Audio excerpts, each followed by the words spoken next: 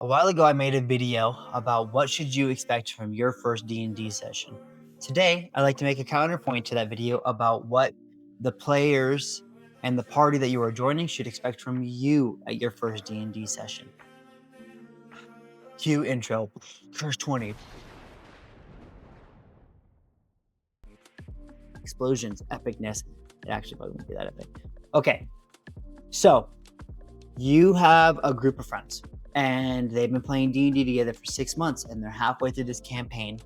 And you mentioned that you've been thinking about trying D&D, but you're not entirely sure if you would like it or not. So they say, okay, well, why don't you come in as like a side character in our current campaign and play with us and see if you like it. And if you do like it and you fit well within the campaign, maybe we'll make you a full-time character and you can finish off the campaign with us. Or maybe you have a group of friends that are talking about how they just finished a campaign and they want to start another one. And they say, hey, why don't you join us this time? But same premises. You don't have to keep playing if you don't like it. We can always just rewrite your character out. You say, sure, sounds great. What should I expect? And they say, oh, here's what you should expect. And they show you my video on what you should expect at your first D&D session. Awesome, great. Now you're sitting there, day of it comes. You know kind of how the table should go. All your friends seem like good people, and you kind of think that they're gonna follow on the lines that I laid out in that video. Getting ready to leave, and you head out the door. You forgot your dice, your pencil, paper, and your figurine. Crap. Here's what they should expect from you when you first show up to your D&D session. None of those. I mean, realistically, a pencil on a paper is not that hard, and you should have your character sheet, whether you're using like the D&D Beyond app or you print out a physical character sheet. You should have your character ready. We are assuming that the DM has already talked to you and that you've already figured out what type of character you're playing. Granted, if he hasn't done that, then you'll probably be doing that at the session anyway. But if he's already talked to you and you've already decided on your character, bring your character sheet with you. You should do your best to show up on time. And I know that sounds simple, but it is really hard to get a group of people together to play make-believe. It is way harder than you think that it is. Showing up on time allows you to get the most amount of gameplay as possible. And, well, for the purpose of this video, that's what's important, right? In my group, we always get together and we spend about 10 to 15 minutes talking about non-D&D things to kind of like catch up with each other for the week. And then we get into playing, and when we're playing. You should expect that you don't know a lot. And the party is going to expect that from you. So ask questions. Don't interrupt people when they're doing role-playing scenes. That's not what I'm saying. I'm saying when it's appropriate, ask questions. If you don't know how a spell works, or how an ability works, or how an attack works, or how to go about doing something, ask questions.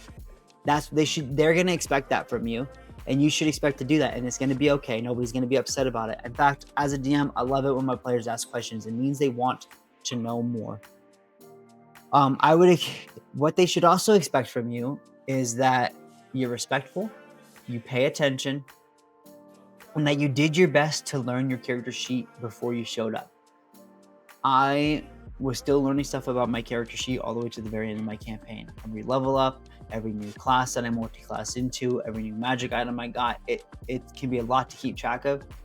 Do your best. Just read it as much as you can.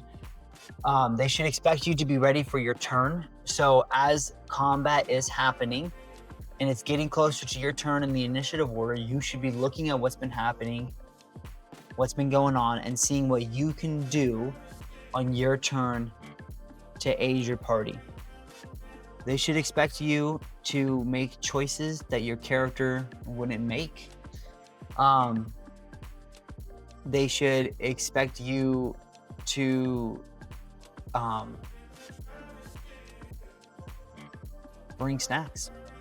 100% bring snacks. I'm going to say that so many times. If you are late, snacks heal problems. If you don't know your character sheet, snacks heal problems. Snacks, it's where it's at. You can even get advantage if you have the good enough snack, in my personal opinion. They should expect you to come fully dressed up as your character. You should have a voice 100% ready, at least 3 different sets of dice, your own rolling tray, and a complete colored detailed figuring. All of those are lies. You don't need any of those for your first sessions. Those are things you expect from players on a long-term campaign who have been playing a long time towards the end of the campaign. Okay? And you actually don't even need to dress up, and you don't have to have a perfect character voice. My buddy David changed his character voice for Pickles in our home campaign probably like 20 times. Every time I role play an NPC and our cursed ones actual play, they have different voices. I'm terrible at keeping consistent voices, but I do my best to make them feel different. And you should make your character feel different than you. You should do your best to roleplay your character as you think he should be played. They should expect from you engagement. They should expect from you the willingness to try. And they should expect honesty from you. If you are uncomfortable with something or you're not having fun, be truthful to your dungeon masters and the players. And it could be worked out in a way as maybe they just need to change a little bit of variation of what's going on. Maybe it's just this particular part of the game that's not fun for you and the next session will be fun. Or maybe this just isn't your party. But honesty is expected too. And once again, snacks. Bring snacks.